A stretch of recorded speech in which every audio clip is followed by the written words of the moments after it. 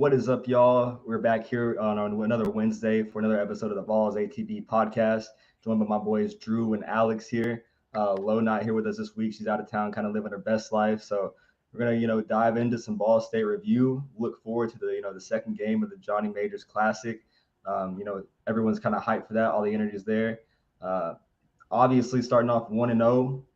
Jump in 1-0. Start the season on a Thursday. Nice crowd at Neyland Stadium. Overall, get the W, 59-10 on Ball State.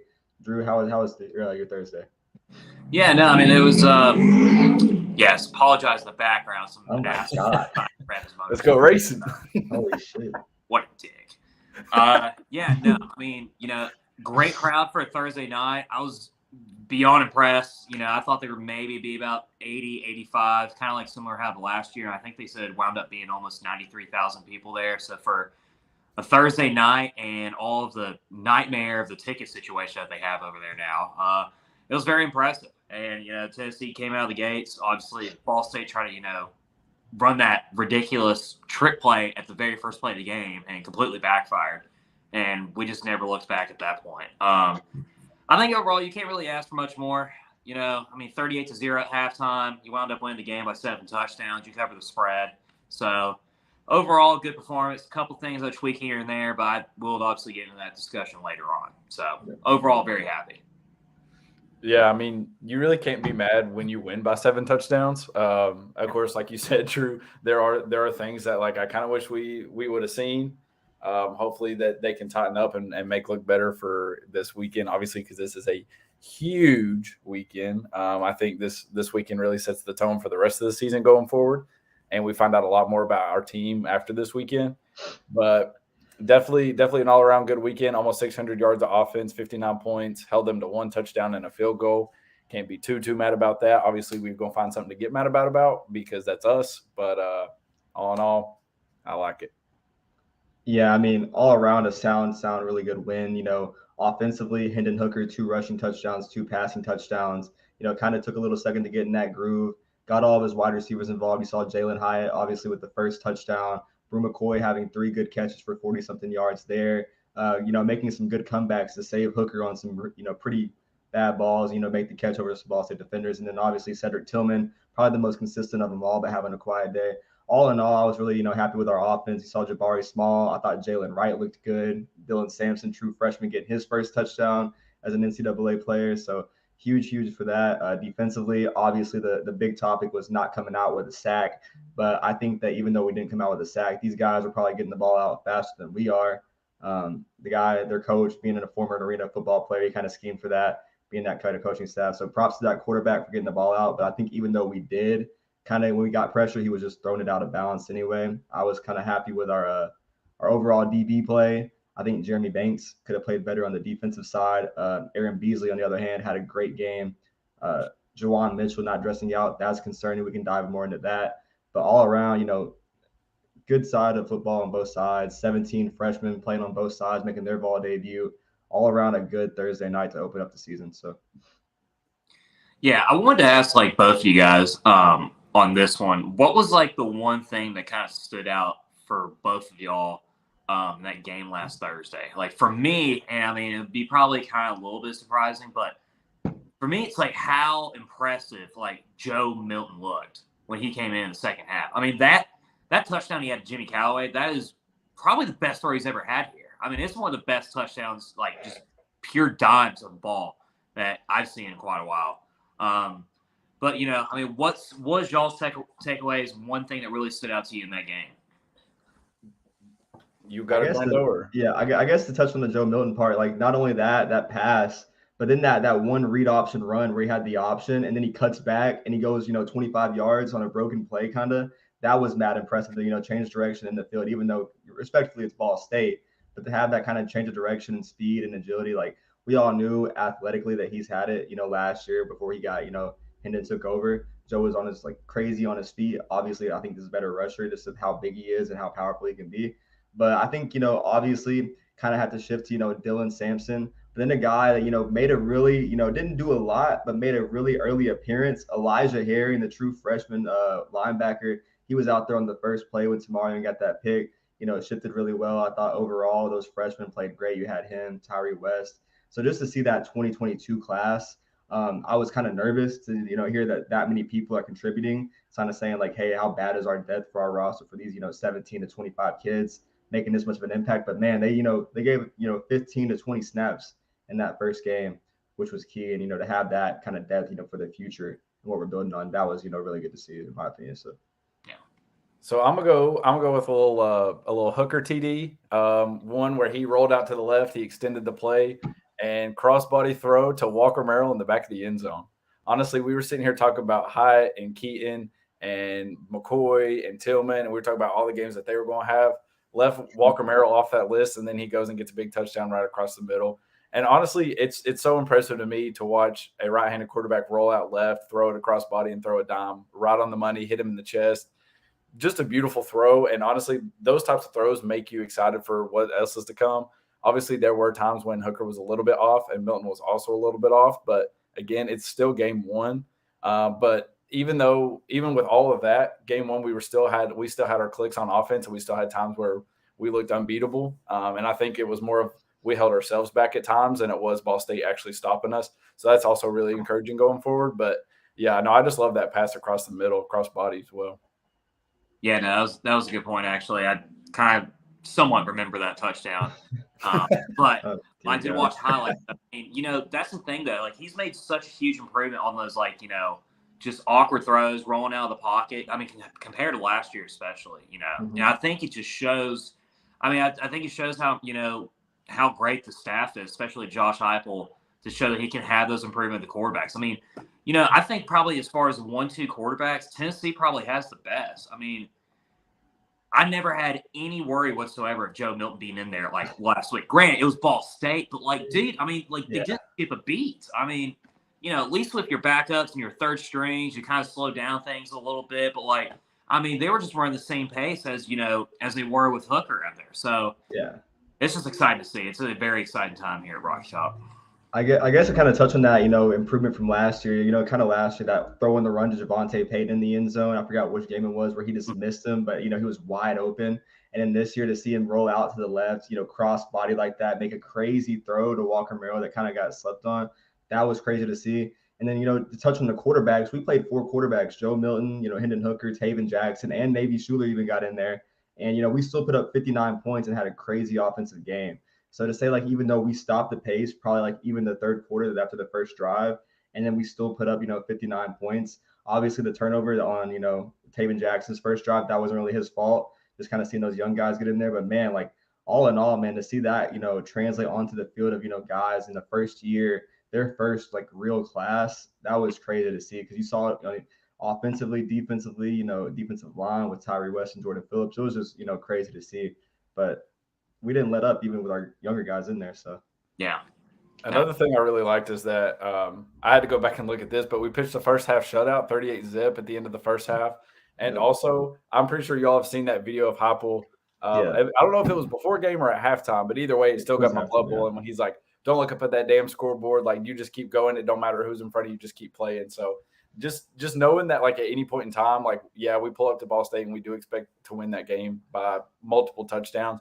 But when your coach got that type of fire and that type of energy for that game, that just gets you excited for the rest of the season going forward. And it showed. I mean, yeah, we had our lulls in the first half, but then again, like we were saying last year, the second quarter was a big problem, and we ended up outscoring them 21-zip in the second quarter. So again, is that a thing, or is that to say that that's what's to come for the rest of the season? I don't know. We'll figure it out, but it's definitely promising early on. So also let's flip that question. Oh wait, sorry, do you got something to say, Drew? Oh no. I was gonna say let's flip it and say, what would you like to see improved or changed going into the Pitt game? Oh no! Well, I know what he's gonna say. I mean, dude. Damn secondary. I mean, like you gotta say it. I mean, you gotta say it specifically. I'm not gonna single anyone out. Okay, I'm not that guy. All right. There's other guys. Really, last week you weren't that guy. I am not that guy. Okay, I would never do anything like that. But I saw you get called out by somebody on Twitter for your take last week. Well, we're not going to give him the fame that he wants. So Mark's already done that for us. So, but in all seriousness though, like it has to be the secondary. The one thing that was a takeaway for me is that even though they only had one touchdown, only held them to 10 points, we covered the spread, they were far too easy just driving down the field, getting 6-7 yards pass. I mean, John Paddock got over 250 yards of passing. We should not have the quarterback for Ball fucking State throw over 200 yards against us, okay? I mean, this man never even threw a touchdown in his entire career at Ball State until last Thursday. And now, did he throw one? Yeah, he did. He did. I don't even remember. Almost ran for one too, but I was probably gone by then. I was at the game, but I was gone. But yeah, I mean, it was like with about 8 minutes left in the third quarter. I mean, I think it was like 59-7 at that point. But he threw one in. I mean, and I know that like we were playing very vanilla because we don't really want to show anything towards Pitt this weekend, and I trust Tim Banks and Rodney Gardner to have a few little tricks up their sleeves, and see those improvements. But that was my one big takeaway. And I was originally going to say the defensive line just because we didn't record a sack. But, after watching that game again the other day, I mean, they were getting the ball off in less than 2 seconds. I mean, John, the quarterback was freaking terrified for his life every single time because the offensive line was collapsing. So I can't give them too much hate. But the secondary, I mean, they got to step it up. I mean, Willie Martinez and the boys have got to get shit together. I mean, there's no other way to describe it. I guess I'll counter that. I mean, not really counter it, but like to point out also with the DBs, like you said, they were throwing it in 0.2 seconds and they were also throwing it -2 yards. So it's kind of hard to, like playing how far off our DB was playing. I don't know why they didn't press. Maybe we just didn't feel comfortable with it or was trying to, learn some things and not give anything up. But, giving them that space, obviously the arena football background for their head coach, playing that factor, playing quick, obviously scouting like they did all offseason, playing with that speed, I guess it translated on the field also in their game plan. But all in all, can't really be mad. Can't be mad at the D-line either because, I think Rodney Garner probably is pissed, even though understanding that they still got work out there. I thought the edge rushers were good. It was still good to see like young guys like James Pierce and Joshua Joseph, our two big edge rushers from last year's class. They were getting, pressure in that first game, even though granted, again, it's Ball State. But I guess my thing that I would say that I want to see get better would be Jabari Small. I don't know. I feel like he could have played better. I feel like because he was kind of making there was a lot of, runs where he just ran to the outside and kind of got stalled there for a little bit. He did have some good flashes and good cuts, but, finally taking that running back one role, you're not going to have Jalen Wright to, go 50-50. It probably has to be like 75-25 or, maybe 60-40-20 or whatever, 60-25-15, whatever with, Dylan Sampson. But I just thought that, he probably could have cut up a little better and probably had that, bigger, role. I know he's going to have a chip on his shoulder. The quote, this year, talking about last year's Pitt game, going into this week was talking about having that chip on his shoulder. So I expect him to have a huge week 2 game. But I think that if you get that from, a guy like that, you can have that three-headed rotation. That'd be my biggest preference right now for the offense. So I actually got one for offense and defense. One thing that came to my mind for the offense is that I don't know if y'all picked up on this, but no tight end recorded a catch on Thursday. So as much as we were talking about Princeton Fant and Jacob Warren, I think the tight ends have to get involved because that opens up a whole other wrinkle in our offense. That opens up more weapons that you got to worry about. Obviously, right now we've got receivers and we've got running backs and we've got a quarterback. If we throw in a reliable tight end option in that fold, that just makes us that much more dangerous. We got to get them involved. I will say Milton did overthrow Hunter Salmon.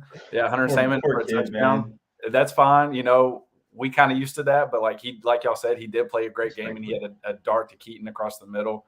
So you miss some, you make some, that's all right, whatever. But still, tight ends got to get involved. And then, yeah, I'm with you, Drew. I was going to say the D-line. I was pissed about that for a minute, talking about the no sacks. But then I went back and looked, and we only gave up 74 rushing yards, 2.7 yards a carry. But then on that back end, we gave up 270 passing, about 10 yards of completion. I'm not singling somebody out, but again, it was one side of the field and one corner that led in tackles. And I just don't think that your corner should ever lead in tackles unless they are just a stud that's coming down and either like coming off a blitz or something. And I know we weren't doing that. So if your corner is leading in tackles, there's probably a reason. It's probably because they're throwing at him. So, yeah. And if 2 of your corners, not just 1, 2. My bad. No, you're right. I mean, still the point is valid, but it's there. If you have 2 of your corners leading in tackles, we got problems. Okay. One of those guys, though, respectfully, is a guy that definitely needs that playing experience young in Yes. his career. Yes. Okay. No, One of them. One of them. Not to single anyone out.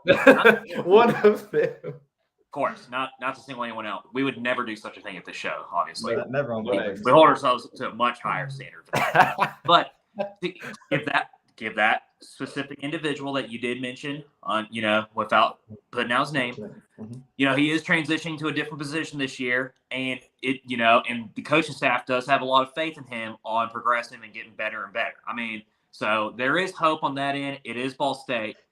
But for the rest of the boys, I mean, my God, guys. I mean, like, we got to get this situated by Saturday. Like, I mean. I will say.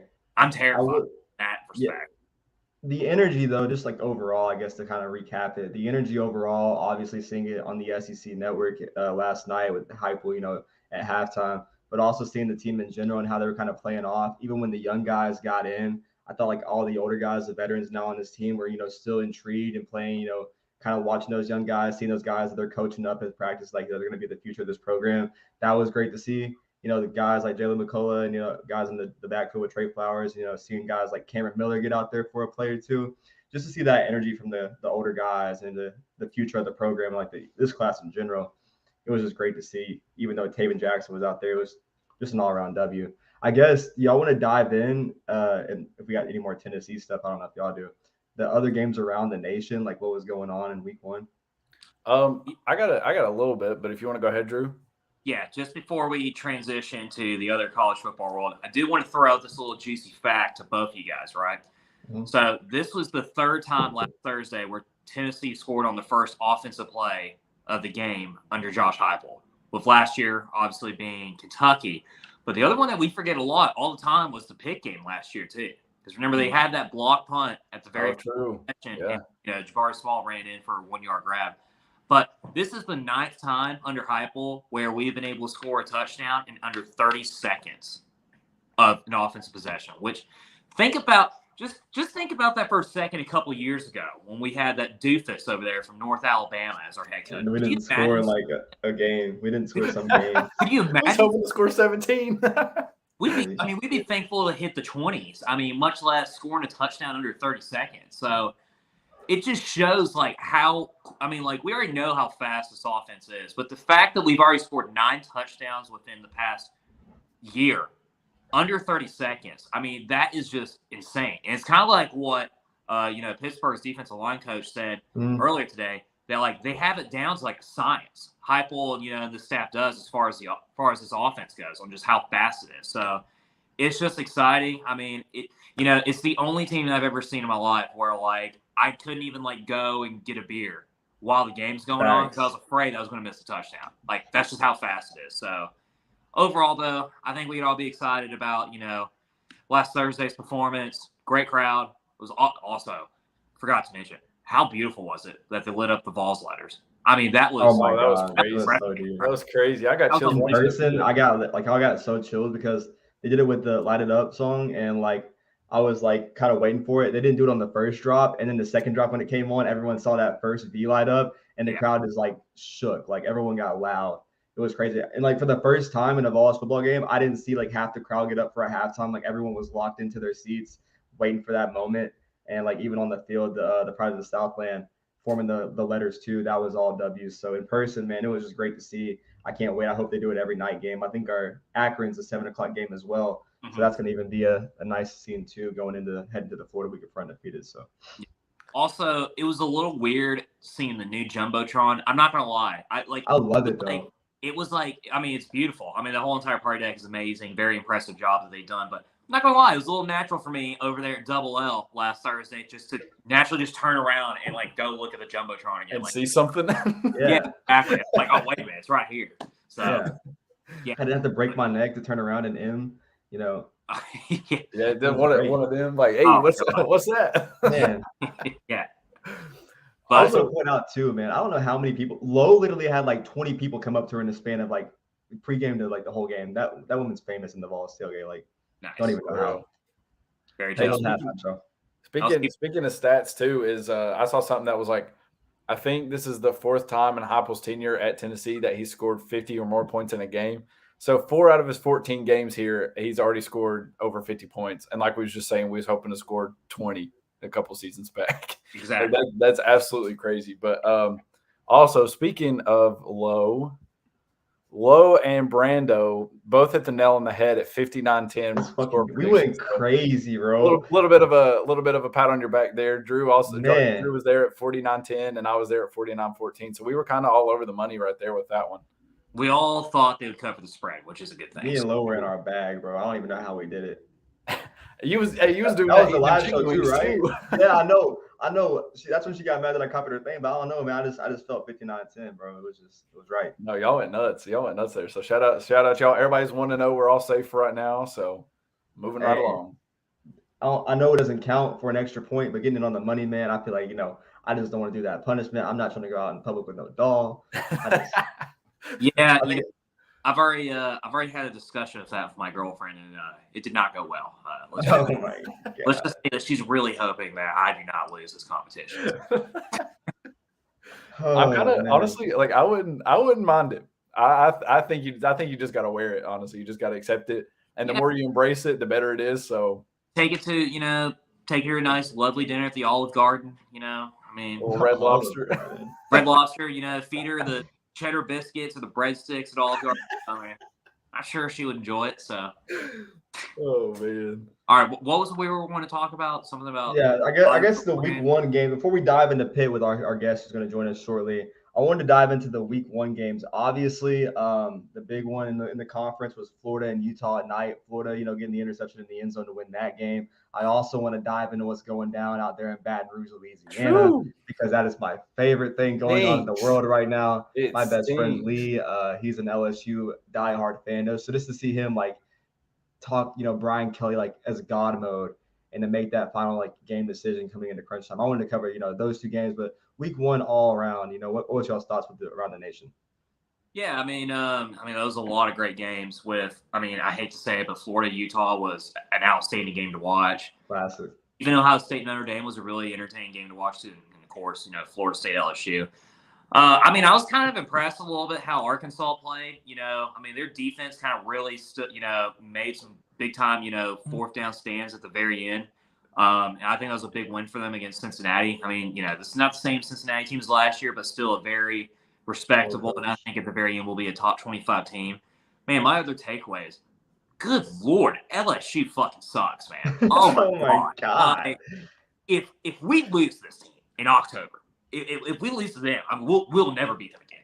You just know they're hitting their stride, though. They're hitting their stride when we play. But I've never seen, I've seen a lot of bad offensive lines as a Tennessee fan, specifically 2013, 2014, when, doofus Derek Daly didn't sign a single offensive line in 2012. I have never seen an offensive line as bad as that. Jaden Daniels was running for his life the entire time. Every play. To show how retarded that game was to muff the punt with 2 minutes left, and then for Florida State to go all the way down the 1 yard line, fumble it there as well, for LSU to drive 99 yards to potentially tie it just for a blocked extra point. Both of those teams are terrible, but LSU, and they're screwed too. I looked it up today, just out of curiosity. Brian Kelly's buyout, if he got fired this year, would be it will be a little bit over $81 million. Wow. Crazy. They would have to wait for at least 5 to 6 years to get it under 40 million. Yeah. They are screwed. They are beyond screwed. And it's bad. It's bad after a year or two where the media is they start getting a little testy. But when you have reporters already showing up late to your press conferences and saying, well, maybe if you could win, I would be here on time. That is bad of bad. I've never seen anything like that in my life. So really unfortunate for them. I was really hoping that I would be the same situation in Florida, but of course it's Florida. They always find a way to be able to be good again when they have no business being good. So, but yeah, LSU, absolutely awful. The thing that stood out to me about that game is it literally looked like both teams wanted to lose. So, like you said, LSU muffs the punt with 2 minutes left. Then Florida State on the 1, all they had to do was hand it off. Mm-hmm. But they wanted to throw a toss. I was like, the last thing that you want to do is throw a toss, because what happens when you toss it? You have a higher chance of fumbling. What does he do? He fumbles. Like I just don't know why you're running a toss. Anyways, so I'm like, okay, whatever, 120. In LSU fashion, they're probably going to go down here, score it, tie it up, and like make this stuff fun. So then, of course, they go down, they score that touchdown. So then lining up that PAT, Florida State has 7 on one side and 4 on the other, and LSU did not adjust at all. So one dude just breaks through the line, gets an easy hand on the ball, and obviously blocks the punt or blocks that PAT, and then they win. It just like the whole like last 2 to 3 minutes just confused the crap out of me in terms of like a football standpoint, because I'm like, I don't know why you're doing what you're doing, but zero of it makes sense. I don't know, that it was fun to watch. Don't get me wrong, but like at least we weren't a part of it. Yeah, Drew gone. Yeah, no. I guess my 2 takes of the game were like, one, AR-15 is he's him. That offense flowed through him in his running game, going in late and then getting the seal on the defense. I thought that was a huge. Obviously, they're going to get a win over Kentucky, in my opinion, and then we'll see what happens in a few weeks there. But to see Brian Kelly and all those things and holding up the yell in the recruiting videos, and it's all coming back to like kind of backfire now. And seeing all the memes and then seeing that reporter, man, like that's just an awful start in Baton Rouge. I think he's a great football coach. I think he's going to last there for the long run at LSU. But dang, it's going to be a crazy story to like the national media when like the top big thing right now is like your first game, and to make those kind of jokes, and it's already kind of backfiring. Obviously, both teams are on our schedule, so I kind of wanted to point that out and mention those two. But I think obviously when we play them, it's Tennessee. A lot of these teams are going to be better off. But I guess, Drew, if you kind of wanted to hop in here, we're going to take it into a new segment going into week 2. Yeah, absolutely. So obviously we're all going to transition to the Pitt game. I think we could all agree that this is probably the biggest game in the Josh Heupel era. This is really make or break for him to put Tennessee back on the national map. Obviously, we know that we're back in the top 25 since 2020. But to give us a little bit more insight about Pittsburgh and what's going on over there, we got Karl Ludwig from Pittsburgh Sports Now, who covers Pitt football and recruiting. Karl, thanks for joining us, man. Greatly appreciate it, taking the time out of your day. How are you doing? Yeah, thanks, guys. I appreciate being on tonight. It's a pleasure to talk some SEC ball tonight. I know it's the first ever SEC opponent at Acrisure Stadium, so that's going to be a blast on Saturday. Wow, I didn't really know that. I didn't know that either. First off, how hard is it for you to call it Acrisure instead of Hines? I mean, I find myself almost every day going, I'm heading down to Hines Acrisure Stadium today. It feels wrong. It feels wrong. I mean, they paid for it, they earned it, but like it feels wrong still. It just seems odd to just to have the acronym for your stadium now known as the ASS. I mean, the players embraced it. They call it the AC. I'm not sure how I feel about that yet, but I mean, make the most of what you got, I guess. I mean, Acrisure Stadium, not the best name, but the AC could be worse, I guess. It's no Heinz Field, but right. I mean, move on, I guess. Definitely doesn't roll off the tongue for sure, but to take it in a little bit more of a serious conversation, though, I mean, this is a really big matchup, 2 top 25 teams. Obviously, Johnny Majors Classic, got to pay homage to one of the greatest coaches in Tennessee history, and I'm sure you could argue the same with him at Pitt as well. Vols being a 6.5-point favorite going in, which I think we could all agree is a little bit surprising. I mean, I wouldn't really put any money on that whatsoever personally. But there is a lot of questions about Pitt, so give a little bit of rundown for us and our listeners as well about what should we expect, what are the takeaways from Pitt's big win over West Virginia, and like the areas of concern as well for you. Yeah, absolutely. So obviously the big news is obviously with Kenny Pickett gone, Jordan Addison's gone. I mean, but if you lose a Heisman third place finisher and a Blitnikoff winner, the offense is going to have some issues, obviously. But Pitt did reload. They got USC's Keaton Slovis, who is a starter now. They brought in a freshman All-American in Akron's Konate Mumpfield. They brought in a former Vol in Bub Means, who went to La Tech. He's here now. He's a big role in the offense. And they brought in Frank Cignetti Jr. As the new offensive coordinator. He spent the last 2 years at Boston College, and his offense is really more run emphasized than the old offense under Mark Whipple. Not to say that it's a run-heavy offense, but it's more balanced. I think we all know Kenny Pickett. The offense ran through him. It was his offense. He threw the ball when he wanted to. And it worked. It was 40 points a game. You can't argue with that. So the offense now is different, obviously, but it's more balanced. Against West Virginia, it was about even, the split with running and passing. They tried to establish the run early against West Virginia, and it didn't quite work out. The offense really was kind of it didn't really click until the fourth quarter. It was more of a filling out process throughout much of the game, where it was kind of just Frank Cignetti trying to find out what he had in his players and what the players had in him, and it really didn't click. I mean, they scored 38 points, so it wasn't all bad, but it didn't really click until the very end of the game there. And I think against Tennessee, we're going to see a new offense again. I mean, the offense against West Virginia, they tried to establish the run, and it'll be the same against Tennessee, but I think we'll see more of a passing attack against Tennessee. I know Tennessee lost some cornerbacks. They had the same safety duo from last season, but I think we'll see much more of a emphasis to push the ball downfield this week. I mean, they have some talented pass catchers. They have a good tight end. The O-line had a tough week against West Virginia, and they have a hunger to kind of push back and prove that that was a blip on the radar. So, I mean, the offense there are still questions to be answered, and I think Tennessee game will be huge in kind of figuring out what the offense and who the offense is this season. It's gonna be interesting to see how they match up here. Yeah, for sure. I definitely think that last drive, like Kenny Pickett, or not Kenny Pickett, oh my God, Caden Slavis going 5 for 5. That early in the game, kind of some troubles there, kind of getting used to it. Got sacked 5 times. Yeah, he did. 5 for 5 with that last drive. Perfect. Gave him a lot of confidence. Obviously, the defense goes out there, gets the pick 6 to kind of give him the lead there. I feel like that was huge for that offense going into week 1. Taking it to had Mark Whipple, and then now going to this new approach. That's the old day approach, actually, of kind of trying to run the ball, an extra tight end out there. You started off the game with 2 tight ends, a running back, and 1 receiver out there. A whole different scheme than last year under Whipple.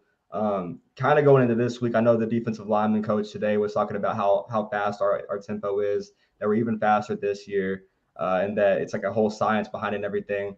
Tennessee, if they can get up a couple touchdowns and, with this new offense, what's kind of going to be Pitt's approach, defensively and offensively to kind of scheme for Tennessee with the tempo? Is it going to be the same thing? Because, yeah, Patrick Narduzzi and Josh Heupel have a lot of history, but it's going to be a different Tennessee Josh Heupel than it was last year, 14 games in and 1 game in. Right, yeah, and I think that's the tempo is going to be a problem for Pitt. I mean, that 12 seconds from to snap the ball is very, very, very fast. And Pitt's defense did struggle against the run against West Virginia. The front 4 is still very talented, but the linebackers, aside from Savasi and Dennis in the middle, it's two guys who are making their first start at Pitt. Bengali Kamara, first start at Pitt. Shane Simon, first start at Pitt. I mean, it's 2 guys who are still pretty new, pretty inexperienced in playing in Pat Narduzzi's defense, and it showed against West Virginia. And that was an emphasis in practice this week, where they had to get better at being where they need to be on the field pre-snap to fill those holes, to make the right decisions and fill in the gap. And with a faster offense in Tennessee, they'll be tested early and often against this offense here. So it'll be interesting to see that. I think it'll be a better performance from the defense this week. They were kind of punched in the mouth by West Virginia a little bit. It was not what they expected, not what they wanted, and they do have the desire to be better. I mean, his defense is, the whole thing he wants to do is stop the run. That's what he wants to do every game. He wants to stop the run, and that leaves his secondary kind of open to longer pass plays at times. So, I mean, if they can get those matchups out wide, I mean, they stretch the field all the way across the field, so they can get those plays out wide, they'll have shots there. And it really comes down to if Pitt can kind of right those errors in the middle, stop the run, and if they can't do that, then it could be a long day for Pitt's defense. Yeah, I guess my whole thing on that, before I let Alex, jump in here, was that every meeting, with Narduzzi and Heupel, it's been that Heupel's had actually less yards, surprisingly or not, with how he kind of goes out there and throws the tempo out at everyone else.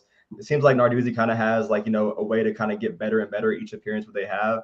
But then last year also, the first time playing Tennessee, it was Joe Milton out there. And there was a lot of missed opportunities that could have put, Tennessee up early. So I'm definitely interested to see how that kind of rolls with it, with the new approach with the Pitt offense. And if Tennessee does get up early, or vice versa with how like it'll help if Tennessee's down early and Caden Slovis goes out there and his ball's out or they get up early and the run game does get started because I know y'all returned like what 3 leading rushers or 3 best backs last year. The top 4 backs are all back. Yeah. Yeah. So I definitely expect Tennessee having trouble on the D line, trying to find their identity at linebacker. I definitely expect that run game to at least be alive. Definitely a smash mouth matchup going into the second half of Johnny Majors Classic. So, Alex. Yeah, I'm glad you alluded to the linebackers, Brando, because like we just heard, Juwan Mitchell's out for this game as well. So I kind of want to get your take, Karl, on if Pitt has anybody out and kind of what that means for y'all going forward this weekend. Yeah, so entering the game against West Virginia, the right tackle Gabe Hoy, he was a non-participant in the spring, didn't do anything. He was not at all involved in the spring. He was out there this summer, he didn't practice though. And he dressed week 1, but he didn't play. And we're not quite sure what his status is. I mean, he had a lower body injury, but I would be doubtful he'll play against Tennessee. And that's just kind of part of the course at this point. But against West Virginia, defensive captain D-end Eslin Alexander left with an arm injury. His status is also still undetermined. And then late in the fourth quarter, Rodney Hammond, one of those running backs, also suffered a leg injury. So he was in a boot after the game. He was wearing a brace on his ankle throughout practice this week, and he's also still kind of undetermined. And that's 3 big players who could be out for the game, especially Hammond, who kind of had like a breakout game against West Virginia. I mean, he had 75 on the ground and 2 touchdowns. He had a 50-yard catch, swing pass, catch and run. I mean, he's part of a very deep running backs room, but he really is a player who could be missed if he does miss time against Tennessee. So there's a couple guys who we're watching for to see if they'll play, and they're still kind of on the fence as of right now. And your captain that you was talking about, is he a D lineman or? Yeah, he's D-end. Yeah, Deslin Alexander, he plays D-end. He's one of their best run stoppers on the defense. He was he had a right arm injury. Gotcha. Against West Virginia, and so he's also kind of still undetermined. So as of right now, there are 3 guys. Oh, and also Shane Brandon George. He is the backup middle linebacker for Pitt. He got dinged up a little bit in camp, and he did not dress against West Virginia. So he's also someone who's questionable. So there's a few guys who are questionable at this point in time. Gotcha. Drew? I guess like one question that we could throw to is like, obviously for us is like we have a lot of concerns, especially with our secondary, or maybe I do probably more than anyone else. But I'm with you. what are the big areas of concerns for you? Because, obviously losing, Ronnie Hammond Jr. is a big, that's a big loss if he is going to be out on Saturday, considering, he had almost 130 yards of all scrimmage yards. But, also as well, the offensive line did allow 5 sacks, though, against a West Virginia defensive line that is obviously much improved from last year, but still not really considered one of the more higher, best defensive lines in the Big 12. So what is the one big area of concern for you going into this game on Saturday? Well, if you go one area for both sides, I go probably the offense. So the offensive line did allow 5 sacks, but part of that was Caden Slovis's kind of processing and recognition. He played himself into 3 or 4 sacks that game. I mean, first game at Pitt, he's still getting used to the system there, but he held on the ball for far too long at times, and there were plays where he should have thrown the ball away, and he just kind of tried to make plays happen that as a veteran, he should know better than that. And there might have been some receiver errors down the field. There might have been some miscommunications there, but the line was definitely not what it should be against West Virginia, and they know that. The whole thing from Coach Dave Borbley, the line coach, was the standard was not met. And despite a poor game, despite a shitty game, as Narduzzi said throughout his Monday press conference, they got the win, but there's still a lot to work with. And it's a veteran offensive line room. I mean, they played over 130 games starts throughout their time together. So that's not as much of an issue. The main issue that I have right now is the run defense. And against the Mountaineers, they had a true freshman tight end come out and run for 125 yards on 9 carries. He averaged 19 yards a carry. as a true freshman tight end from I don't even know where. It's two young linebackers outside who will have to really, really key in on this deep. I mean, because the problem with Tennessee is how fast they operate. Hmm. The linebackers will have to be in position perfectly every play just to stuff those gaps. And if they're not, I know it's a question mark running back room a little bit. I mean, I'm not sure if they have like the guy yet, but I didn't think West Virginia did either, and they had got a true freshman run for 125 yards. So if they cannot be better at making those reads and being more precise and more confident in making those tackles, it could be a very, very long day if Hendon Hooker is able to stretch the field too. I mean, Pitt's defense is made to stop the run. If they can't do that against Tennessee, it's gonna be a very, very long day. No, I think that's a great point when you talk about, getting line back up with the tempo and everything, because last year they were pretty able to stop the running back room pretty well. Obviously, that's when Tyon, Evans kind of went down. He wasn't there. Having an early Jalen Wright in his first ever collegiate game played last year. This year, our lead guy he's Jabari Small. And then you got backup Jalen Wright this year 2 in college, and then also freshman emerging Dylan Sampson. When you point out like that, Hendon coming off the 2, rushing thing, I'll definitely be interested to see how they kind of gaps. When you said they were also already practicing week 1 of lining up in those right spots and getting lined up, I'll definitely be excited to see that, because even Josh Heupel would admit that this offense, even though the passing, game is in big chunk plays, it thrives in that, running offense. So if that can happen, I can definitely see that. I guess on our side of things, I guess would be obvious from last week, the defensive line, just, getting no pressure, even though they got a lot of pressure, no sacks, and then playing against an offensive line that's, all brought back, had a rough week 1, has a chip on their shoulder to have a good week 2 in, their home stadium again. I'm definitely worried probably about our defensive line, in my opinion. So, Karl, I got a question for you. Do you think coming off like an emotional victory like West Virginia, do you think there's going to be any kind of hangover for y'all going into hosting us this weekend, or do you think y'all are just going to be ready to play from the jump? Well, that's been a problem in the past. I mean, look at last season especially. They beat last year after the win in Knoxville. They come back and they lose to Western Michigan. They beat Clemson at home, lose next week to Miami. So there is a precedent of winning these big games and then kind of blowing it the next week. And that's been discussed, it's been talked about. I mean, consistency, playing the right way, looking at every opponent as a chance to go 1-0. I mean, they're saying all the right things after practice, after games, but until you come out and do it and prove that you won't suffer that. I mean, they've learned. They've had chances to learn. Last season they had 2 chances where they, even against Tennessee, they had a chance to come back and beat Western Michigan. It didn't happen. So it's a very veteran team, and a lot of veterans were there last season to learn the lesson. But until they can prove it and bounce back from an emotional week 1 win against Tennessee at home this time, even you just don't know. Obviously, they're aware of it.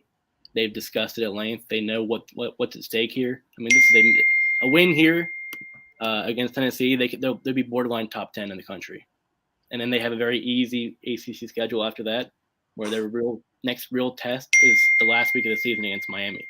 So a win here sets them up for a potential dark horse playoff run, as crazy as it sounds. So, I mean, they know what's at stake here. They know that they've had this chance last season as early as last season, and they couldn't do it. So that's a major test for Pitt this season, to test the resolve, to test their consistency. So it'll be very interesting to watch on Saturday.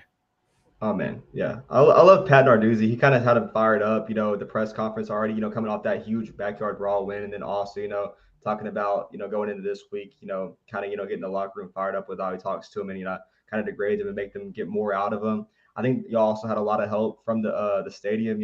I forgot already the name. I can't pronounce it. I always want to call it Heinz Field. Acrisure, yeah, Acrisure Stadium. It was, like 75-25 Pitt to West Virginia. It kind of felt like the lower bowl was really crowded with Pitt fans. Fired up from everything you kind of see on the camera.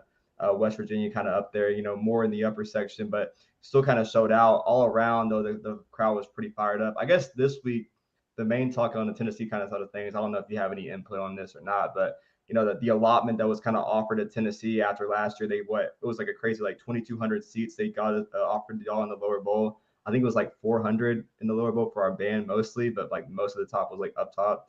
Is that kind of like what like Pitt does, like with like big games, like environment games, like opponents coming in, like fan Yeah, wise?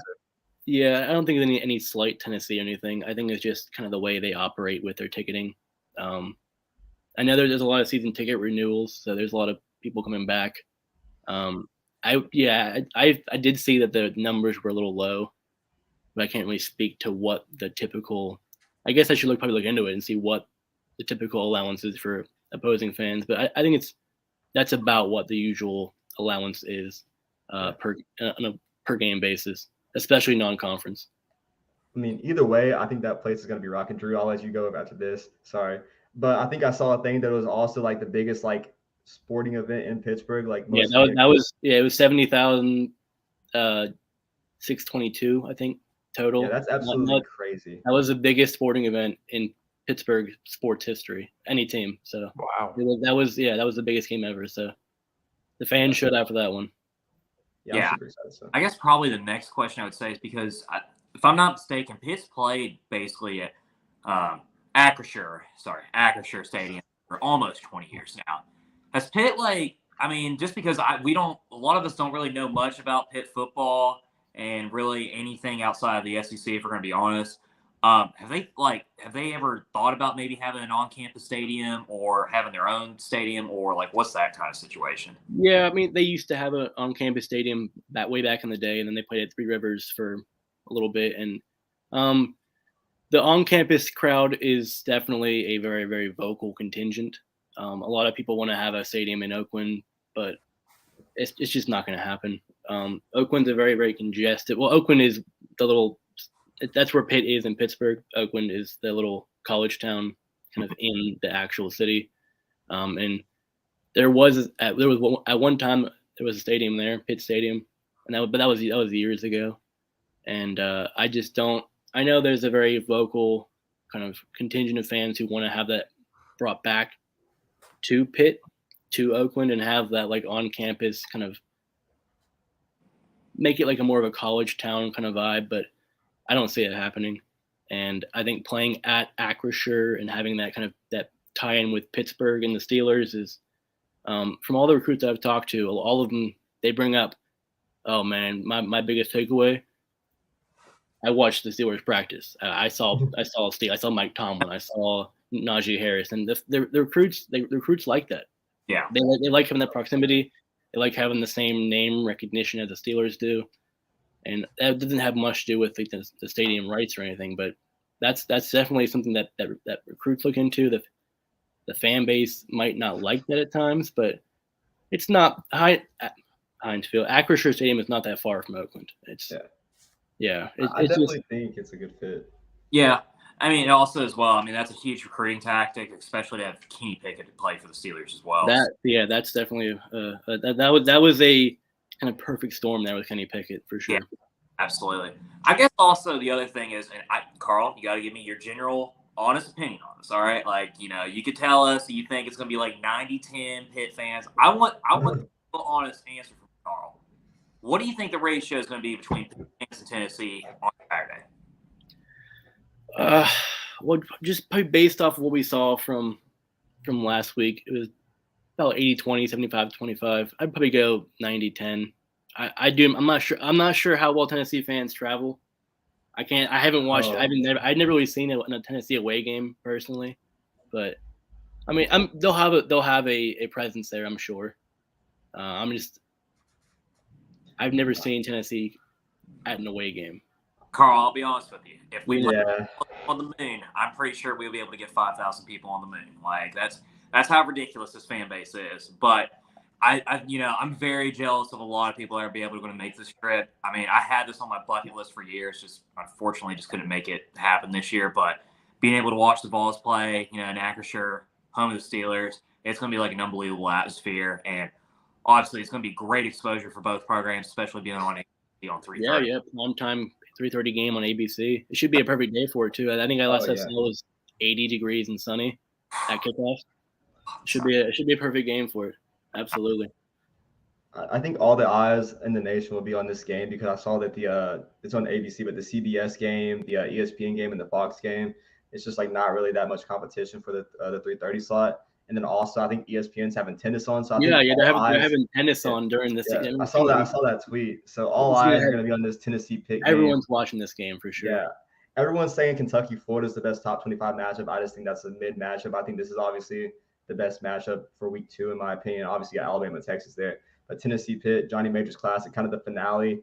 No more scheduled games for this kind of thing, and then also honoring the great Johnny Majors, man, the guy that put both teams on the map and changed the trajectory in full. So wouldn't be here without the great Johnny, and I'm super excited, man. I guess the final thing I want to get from Karl, just his overall prediction for the game. Obviously, it's okay if you homer Pitt. I know you think Pitt's going to win. I'm kind of nervous because last time on the show we had a guess and I predicted someone to win. We definitely lost to Purdue. So I just want to get your kind of take on the final way out. Yeah, I mean, I've gone back and forth a bit on this prediction. I think my final prediction for this game will be 41-31 Tennessee. Interesting. I think Tennessee pulls it out. I think it'll be a high-scoring game. And they cover the spread. You take us covering the spread. Oh my God. Spread's at -6.5. I think this is Pitt's toughest game of the year, in my opinion. Wow. Tennessee right now is built to beat Pitt. Man, well, play the game in November. Maybe it's a little different. Right. As of right now, Tennessee is built to their offense is probably just too fast and too quick to keep up right now with the way Pitt is still kind of moving along with the install of the new players and the new offense. So 41-31. You want to counter that, Drew, and say Pitt wins? I mean, Karl, I was ready to argue with you immediately, but I'm left speechless over here. I don't. What do you have? What's your score prediction? I mean, I don't know if we're going to cover the spread. I would, I think I said on our kickoff show, it was a few weeks ago, I think I said 38-32 or something similar like that. 44-38. 34-38? 44-38. Yep. Yeah. I would still say we'd probably score. I think it's going to be a very high-scoring game because I just have zero faith in our secondary, and our linebackers still got a lot of room for improvement.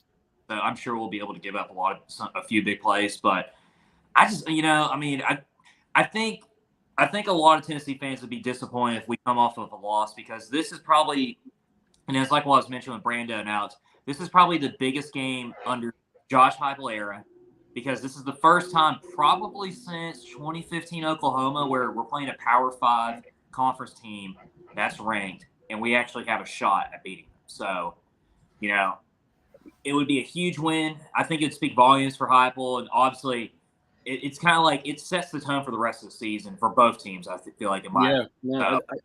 It should be a very good game, I'd say. I think both teams have a clear path to victory. I wouldn't be surprised with a win for either side.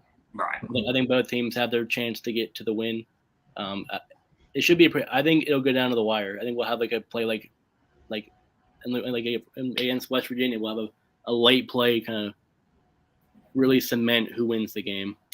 Yeah.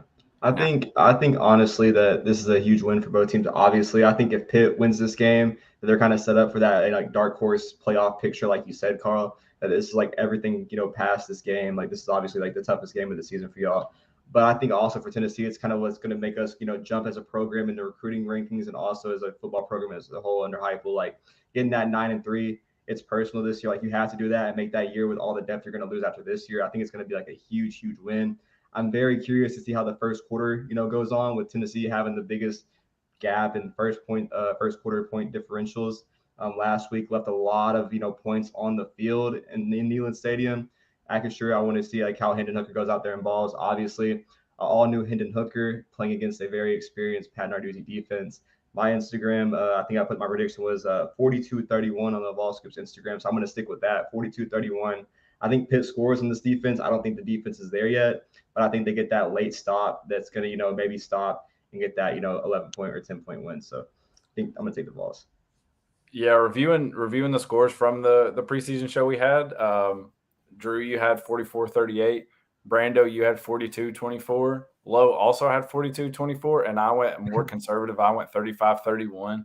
I actually do kind of, now looking at it, I feel like offenses are going to kind of blow up more in this one than than I kind of predicted earlier. So I could see it going into that 42-38 range, something like that. But I do think the Vols win, and I think we have to win this one. Pitt had their season last year. I think it's fine that we get a turn. But I do think that this game, like you were saying, Drew, it definitely sets the tone for the rest of the season. I think winning this game puts us more on our way to our ceiling of 9-3, and then if we lose it, it pushes us more to our floor of 7-5. So I mean, like you said, you can't repeat it enough. This game is very important for Heupel's tenure here, and it'll either make or break it. It won't make or break his coaching job. I will say it will definitely help the argument to keep him or turn the hot seat on. So it's definitely important. It's important for both sides, but obviously Pat Narduzzi, didn't he just sign an extension recently? Yeah, he's there for a while now.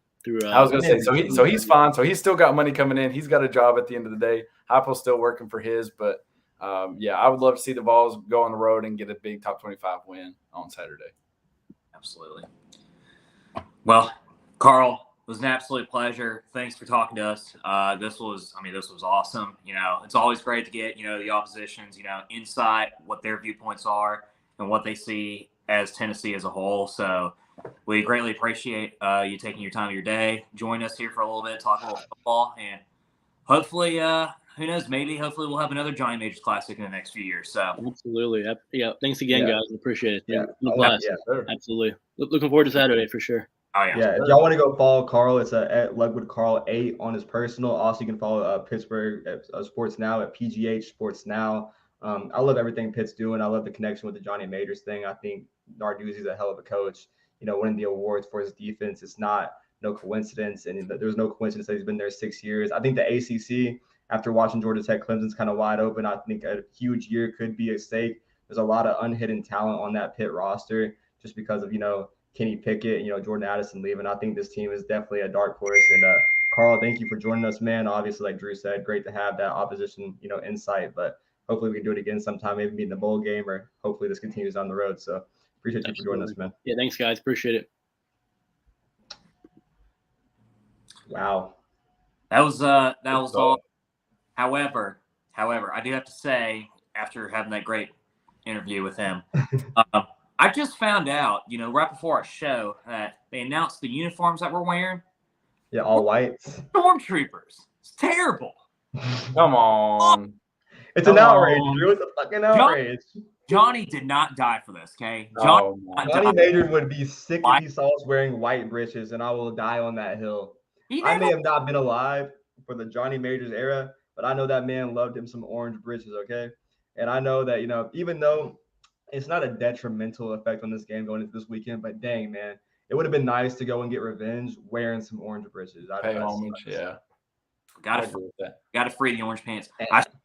I swear, if we see the great before orange pants, I'm going to lose it. Protest at the Rock with pitchforks, burning furniture. I'm not going to go that far, but I will not. You don't want to get banned from campus like the last year. The Rock. Yeah, I also don't know. I mean, I don't really have an opinion on the orange pants. I'm a fan of the stormtrooper fits. But the one thing, and this is minor, and y'all probably gonna hate me for this, I can't stand the black cleats, dog. They look so tacky when they have an all white uniform. I don't think we were. I don't know. That's kind of weird because I remember when Heupel first came in here, it was like his whole kind of thing of like uniforms changing up and like the whole alternate things and like. Everyone hates the black cleats with it. I wonder if the social media team was kind of lazy to take like a format out of the Stormtroopers with the black cleats, because when I watched the Ball State game, everyone had on their own cleats. Like I saw a couple of black pairs, I saw a couple of white pairs. And I don't know if it's because it's an out of conference game, but I think some guys even had custom ones. Mm-hmm. So if that kind of changes here, I wonder if guys are just going to go all out white, because these college kids, they love the drip. They got a pair of white cleats they're going to wear. They're going to wear them white cleats. Let's be honest though, like Heupel probably does not care at all. Okay, yeah, not like an idiot like Pruitt, where Pruitt's like, I'm a traditionalist. I'm going to wear black cleats because that's what we wore in 1993 when I played for Alabama. We wore black. Like Heupel probably doesn't give two shits on what these guys are wearing. Just put out the good product on the field. Just get that dub. That's all that matters at the end of the day. They can wear damn pink cleats for all I care. Just win. Hey, it's always that look good, feel good, play good idea. I mean, if you more comfortable in something that looks good, like you obviously gonna be more comfortable, you're gonna be more relaxed, you're gonna be looser, you're gonna play well. So I mean, I'm with you. That's why I was like kind of like, I guess not turning up about it, but I was like, don't throw on those like tacky ass black cleats with the all white uniform. Like wear whatever you want and just like go ball out. That's me. I'm just saying, man. Johnny is rolling in his grave. Johnny didn't die for this. Johnny's So one, I'm super excited to see the ceremony they have for Johnny in Pittsburgh this week after what we did last year. Two, I guess I want to give everyone the option. We have 7, YouTube viewers. I'm not sure how many on Twitter. I want to give everyone the option if you want to comment in the comments before we kind of get off here. Comment some Q&A, kind of discover that. I wanted to ask Drew and Alex, you both, Karl, getting off. What was your biggest takeaway? Because for me, it was kind of the injuries. It was more than I thought. I obviously heard about the edge rusher. I've heard about, the offensive linemen kind of being banged up and, all those starters in the rough week they had. But that linebacker thing, not, learning how to line up and everything like that with the tempo. How many times last year against South Carolina, Missouri, did we see guys not lined up where Tennessee went out there and put up 45, 60 points? That's going to be huge for this offense. Last year, it was Joe Milton. This is Hendon Hooker, who's going to be locked in. It's personal for Hendon. He's not only played these guys here at Tennessee, but at Virginia Tech. He's 1-2 against them now. I think he wants this win. Josh Heupel wants this win. What was y'all's kind of biggest takeaway from Karl? Yeah, the big surprising thing for me is I thought he was obviously, naturally going to be like, oh, the offensive line because we allowed 5 sacks. But for him to say that, like, the run defense is a major concern, and for them to, like, allow a freshman tight end to run 125 yards on them is, like, mind-blowing. But, I was thinking about that as he said that, that is where whether Tennessee's going to win this game or not, because we still, and they're small questions. We can all agree that there is talent in our running back room, but this is the moment for Jabari Small and Jalen Wright as well, big time, that they come up to play against a big time opponent and take advantage of their weak run defense. Because if we don't take advantage of that, I know their secondary is not very good, but they still got a really good defensive line that's going to put pressure on Hooker, despite having Desmond Alexander out for the game as well. So it all comes down to our offensive line. If they're able to hold up and allow to have those open holes for, Jalen or Jabari or even Dylan as well, to be able to get that big 15, 20, 30-yard run. So that was probably my biggest takeaway from it. And, guys, let's be real. We're going to whip their ass, all right? Like, I'm not, I was trying to be humble towards Karl, but, like, we're with Oh, my God. We're with Listen, I think as I get closer to game day, it's probably going to be more and more closer for me.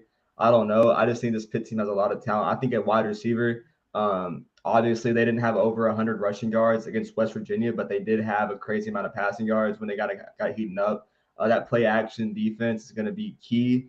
I'm kind of worried about that with our corners and safeties of how able they're kind of to dial in on that play action play and not get beat deep. Like last year, what we saw to Sean Rucker, whenever that, I'm not to single anyone out, but when we saw DBs in the Purdue game, especially, get kind of burnt kind of there.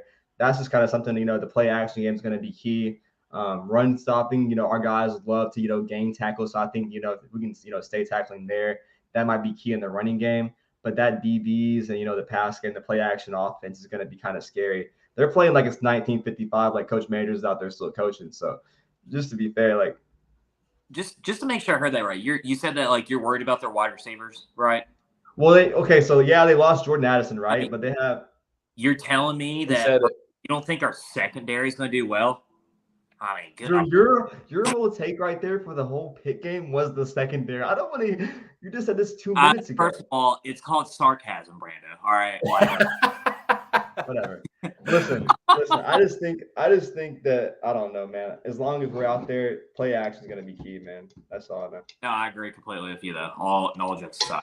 I know the freshman transfer that he was talking about, Memphis, that they brought in from Akron.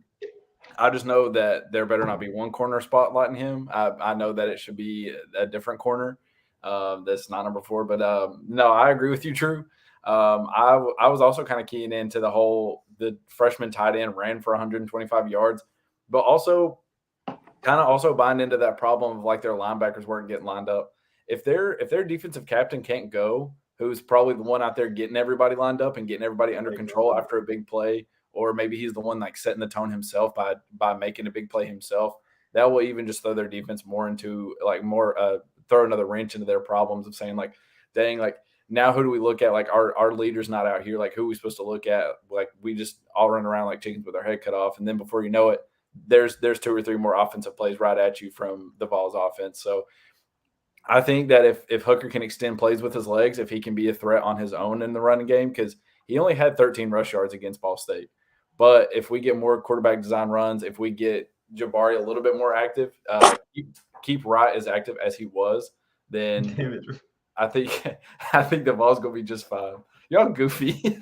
My cough, Drew sneeze, bro. Like, what the fuck? Nah, I'll give credit to Hendon, man. Even though he had 13 rushing yards, 2 touchdowns.